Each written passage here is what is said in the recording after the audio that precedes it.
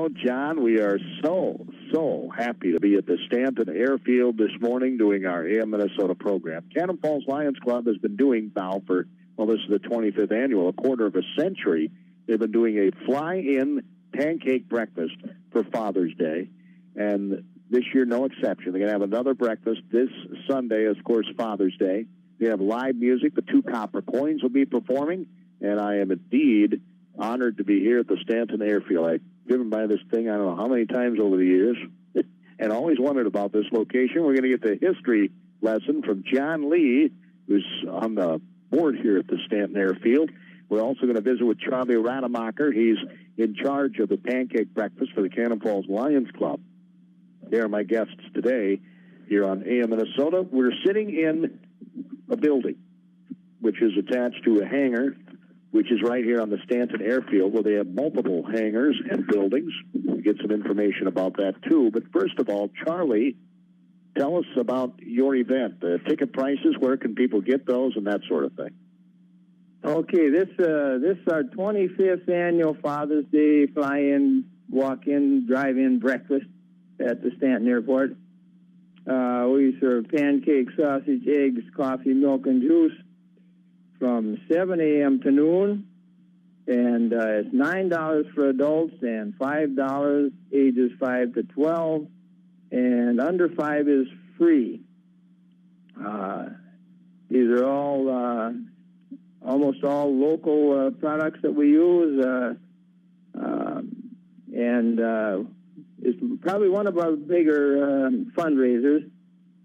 We use it for scholarships in Cannon Falls, for one thing, and dictionaries for the 4th graders once a year. And then we do things with the Lions Clubs International as well. Maybe if somebody gets their house burned out, we have deal with some matching funds with the International. It's not a large amount, but we've done that a few times. How long have you been a Roaring Lion, Charlie? Since 1985. The club is a little over 40 years old. We had our 40th anniversary, I think it was 3 years ago now. Okay. We still have a number of charter members, as well as quite a number of younger people, including ladies. All Lions clubs don't have ladies, but there used to be a Lioness club, which they don't charter anymore. If you want to be a Lion now, you have to be a Lion. Yeah, well, I'm a Roaring Lion, too, so there we go. Nice to visit with well, I don't know how much I roar, but I am a fellow Lion, let's put it that way. We're going to take a break, get our opening marker report. John is going to tell us about the history of this airfield. It is a very interesting history. You'll want to listen to this if you don't have any idea about how the Stanton Airfield got its start. It is quite a story. We'll tell that when AM Minnesota continues from the Stanton Airfield. You got about 1 minute 20 seconds yet if you want it. Well, we're not going to tell that story in 1 minute and 20 seconds. Oh, okay. Well, I guarantee you that.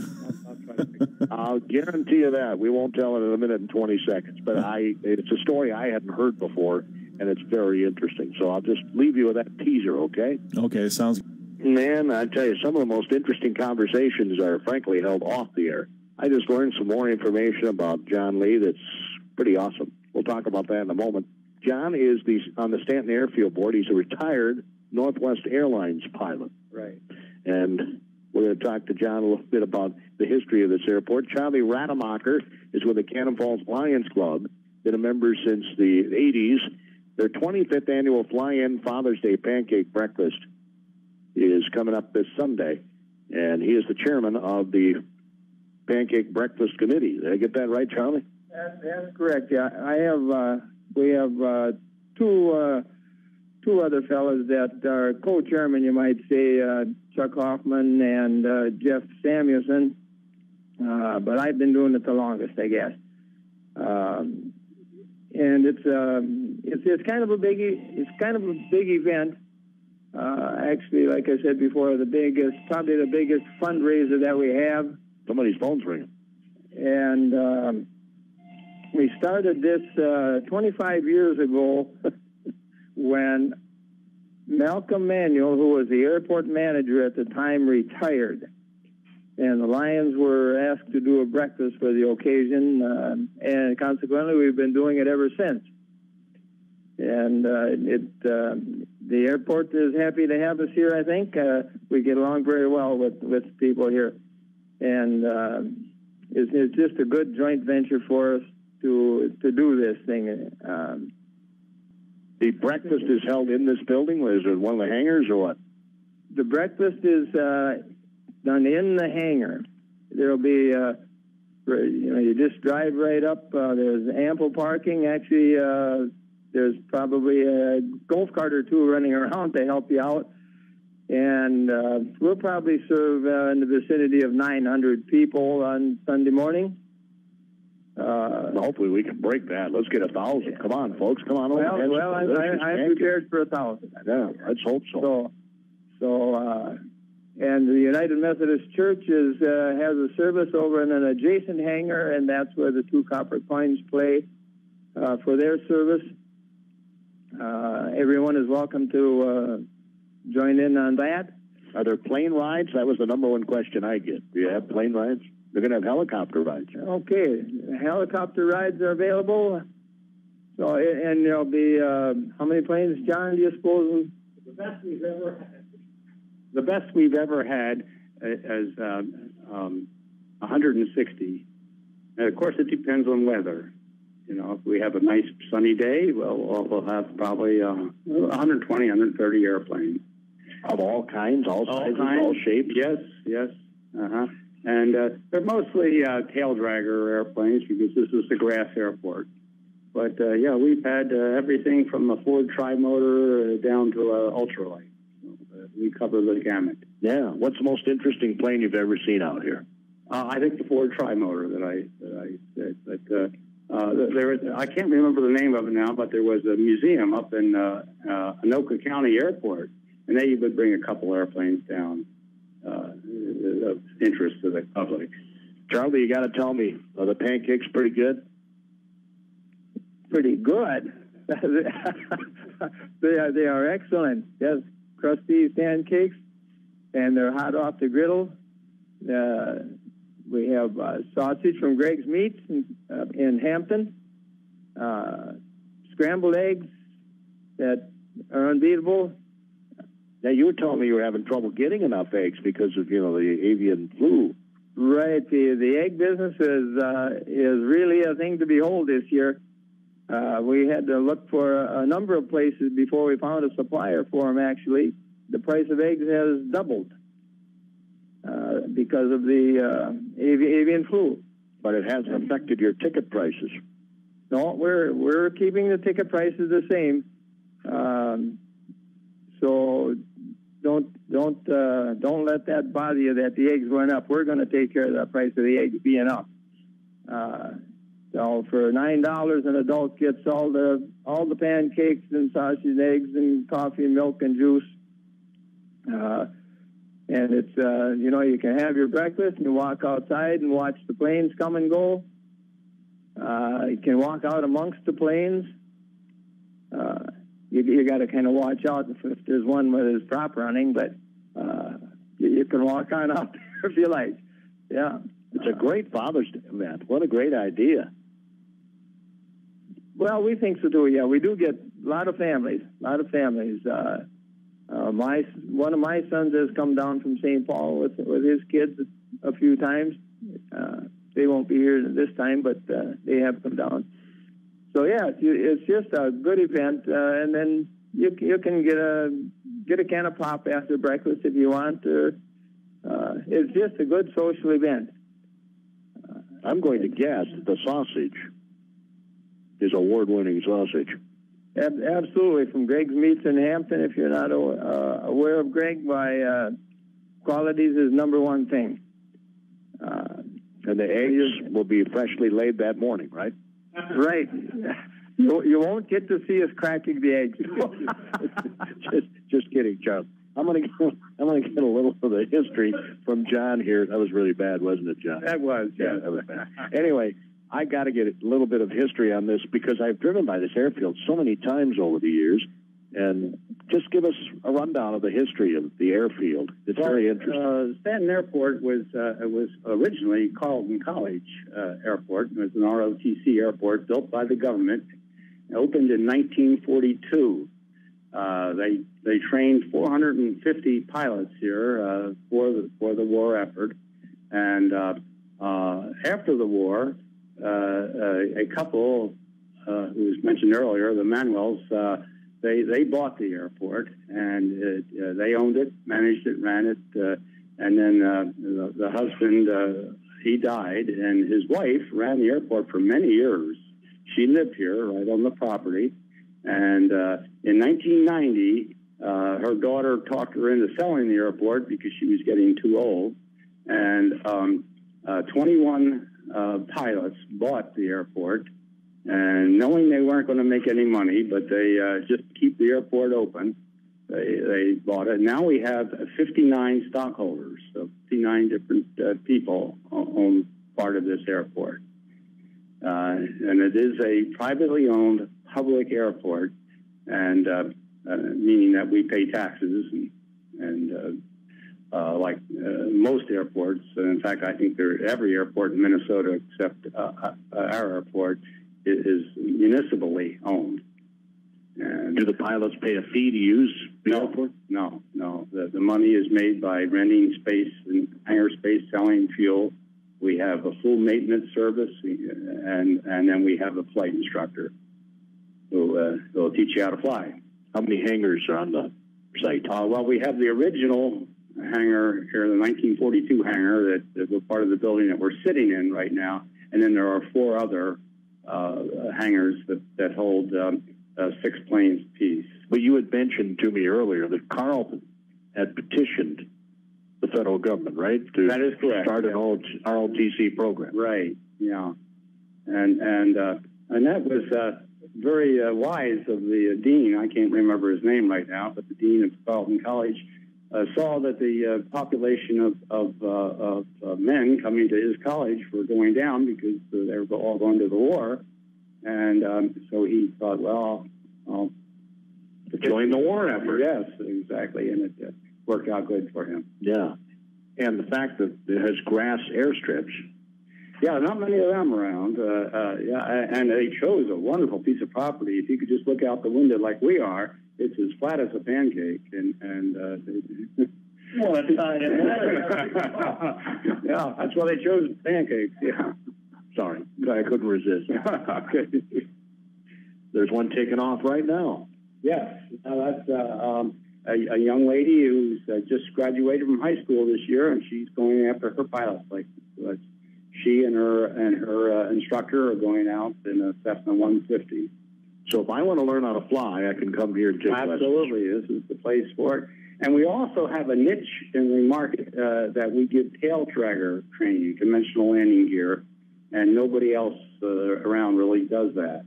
So if you can land this, you can land the Boeing's a U-flew? Well, yes, I guess so. You hit the nail on the head. A tail dragger is grassroots flying. Because those Boeings pretty much fly themselves, don't they? Well, that computer helps, yeah. But I've talked to many pilots over the years who tell me they would prefer flying something like she's going up. Oh, absolutely, absolutely. Because you're actually flying. Yeah. You know, let's face it. The best thing about flying is looking out the window, and what can you do it better than from a light airplane, where if you want to see something, you go down and look at it. Right. How many years did you fly for Northwest? 33. And then I flew 7 years for the Navy. So aviation is in my blood. It certainly is, and this is the busiest airport on the planet. They're phone ringing again. Great. Yeah. All right. Again, the 25th annual Father's Day breakfast and fly-in event, drive-in, walk-in, fly-in, however you get here, is at the Stanton Airfield. And the Cannon Falls Lions Club, of course, is putting this on and have been doing that for many, many years. We're at the Stanton Airfield right now, visiting with John Lee. He is the Stanton Airfield board. Charlie Rademacher's with the Cannon Falls Lions Club, and he's the chairman of their pancake breakfast event, which again has been going on for 25 years. And I think you already told us how it got its start, because somebody was retiring, and you guys decided to do it, and now it happens every year, right, Charlie? Right. It's ongoing, and we hope that it keeps on going in perpetuity, I guess you'd say. It's a good event for us, and it's a good event for the community. And like I said, it's a good social event. Tell me about the 2 copper coins. I hear they're a very good group. At the Stanton United Methodist Church service, there's a couple. They're not actually a couple. It's a man and a woman that play, I suppose, kind of folk music, sort of. But they've been around quite a while, from Cannon Falls and Kenyon. So they're quite entertaining and inspirational. So if you can kind of walk over to the other hangar and join in the service, or just listen to them and watch some airplanes all at the same time. So they're going to be performing during the service? Right. They're actually part of the worship service. Yep.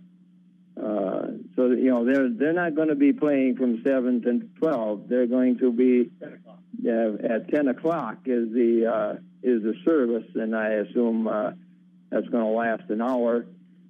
So that's when the 2 copper coins will be there and participating in the service. You like to fly, Charlie? I'd like to give it a try. I haven't flown in any little planes. I've flown in some big ones, but never in any little ones.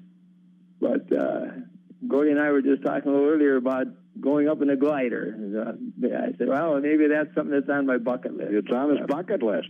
So do you think you could arrange that for us there? Well, certainly, yes. The airport owns a glider, and it's also the host for the Minnesota Glider Club, and they keep their gliders out here. But we have a glider, and you just call in, and we'll schedule you for a glider ride. You go up very often yourself? Not me, no. I go up as a passenger. I don't have a glider rating, but.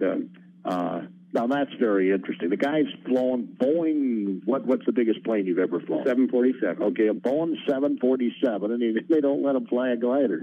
No, I could do it. I guess if I wanted to. I would think so. I bought my wife a hot air balloon ride. We went up to go on this ride, and the guy who owned the balloon talked me into going up. Well, I was never so scared in my life. That only comes up to your waist. That's nasty. I know.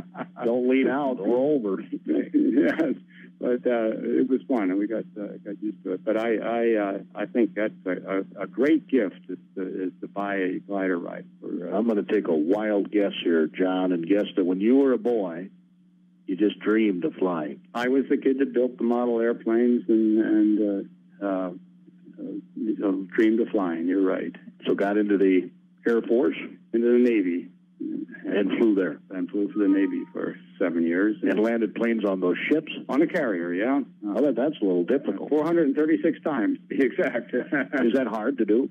In the daytime, it's fun. At nighttime, it wasn't. It's kind of scary. Yeah, I'll bet. Yeah. And you did this during the Korean War, or when did you? No, it was Vietnam. Okay. I was in there from 1960 through 67. 400 and sometimes you said. 436 planes, yeah. They keep track, and you kept it in your head. Well, you have a logbook, and you sure. log everything. You still have the logbook? I do, yeah. And in fact, I still keep a logbook when I have an airplane out here at Stanton that I built in my garage, and I fly that out of here. What kind of plane is it? It's called an RV-6A. It's a kid airplane, and he built it. And in fact, every winter for the last 11 years, I've flown it down to Arizona. I keep it down there for the winter, and then fly it back up here. That's smart. Yeah, especially these last 2 winters. But what kind of an engine does that have on it? It has a Lycoming 180 horsepower. So when I go down, for example, when I go down to Arizona, I fly it at 150 knots. It's about 163 miles an hour. And it takes anywhere from 7 to 9 hours, depending on the winds, to get it down there with one stop for fuel. And then you fly over the Rockies. Yeah, I cross the Rockies at Albuquerque.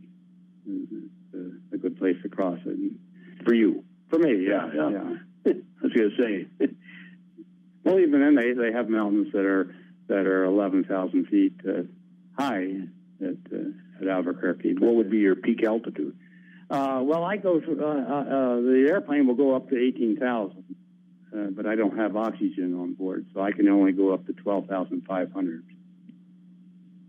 And isn't this all interesting, Charlie? Yeah. I'm just fascinated. Well, I want to sell breakfast, so I don't want to sell. No, I know. That's why we're here. That's the main reason we're here. But I just find it so fascinating. I wasn't the guy who built the model airplane kit, but I always thought it would be so cool. In fact, when I talked to an Air Force recruiter in high school, you have to meet certain requirements in order to get into the Air Force, and I don't know if I necessarily would have been able to qualify, but it would have been so awesome to learn how to fly. Oh, yeah.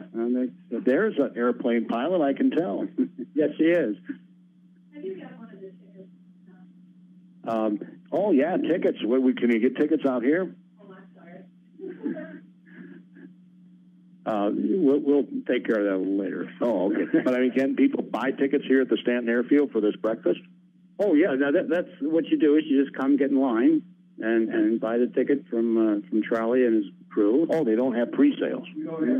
Okay. I'm glad we clarified that. You can only get your tickets the day of the event out here at the airfield. So come on out. And if you're worried about, you said 900, maybe 1,000 people, they really handle this in a rapid They're fashion. very efficient, yeah. And even if it rains, you can eat inside. Yeah, it's in a hangar. Yeah, so it's not... where do you get to eat breakfast in a hangar? Yeah. That's awesome. So, Charlie, you want to go over that information once again for us? The cost, I know, is $9 for adults. It's $5 for those aged 5 to 12. Unfortunately, none of us in this room are age 5 to 12. And under 5 get in for free. Yep, that's correct. And this is at Stanton Airfield, corners of Highway 19 and 56 in Stanton, Minnesota. That'd be like halfway between Cannon Falls and Northfield. It's exactly halfway, John tells us. So we look forward to seeing you on Father's Day morning, 7 to noon. 7 to noon. And hopefully it's going to be a nice day. You can just really enjoy coming out here and having a really good breakfast and watching some planes and visiting with a lot of people. So do you have blueberry syrup? We don't. Get blueberries to put on a pancake? No. Fresh blueberries? No, we don't. Oh, no. Strawberries? No, we don't make dessert out of the pancakes. It's just maple syrup. Yeah, just maple syrup. Yeah, that's right. Yeah. Freshly tapped from the trees or what? No, that's not it. It would be a tremendous amount of maple syrup. We got to get somebody in the club that makes maple syrup. That's a good idea. Have you ever had real, right out of the tree maple syrup? Absolutely, yeah. It's different than the stuff you get in the store. Yeah. Oh boy, is it ever! Yeah. Yeah. I've got a friend that cooks it quite a bit, but a bunch of neighbors, we each staff a couple of trees and we take it over, and it's all done in one spot. Before I go, I've got to ask John, how active is the airfield these days? How many planes on average? Well, you've chosen to conduct this interview on Thursday, which is our slowest day. Now, Monday, Wednesday, and Friday, and of course the weekend is quite active, quite busy. And I recommend that people come out just on the weekends. Bring out your lawn chair. Bring out your lawn chair, you bet. and that's when the gliders are the most active, and it's just fun to watch them. And then if you feel you want to join in, you can buy a ride. Are you at the mercy of the wind in a glider? Not the wind as so much as the sunshine. How much sunshine? They glide by thermals, and the sun makes the thermals. Oh, I did not know that. Yeah, but the thing that is the hardest is you have to get 4 people together at the same place at the same time to conduct a glider ride. You have to have the rider. You have to have the instructor, the person who's flying the glider. You have to have a person to hold the wing up, and then you have to have a tow pilot. The gliders are launched by another airplane. They hook a rope onto the... Yeah, sure, because they can't take off. Right. Well, having said that, we do have a motorized glider on the airfield where they don't need a tow plane. Isn't this fascinating? You've got to come out and see all this, folks, because it is a fascinating place. Stanton Airfield this Sunday. Bring Dad, bring Granddad, and just have a great time. That concludes today's edition of AM Minnesota on KDHL AM, Faribault, Minnesota.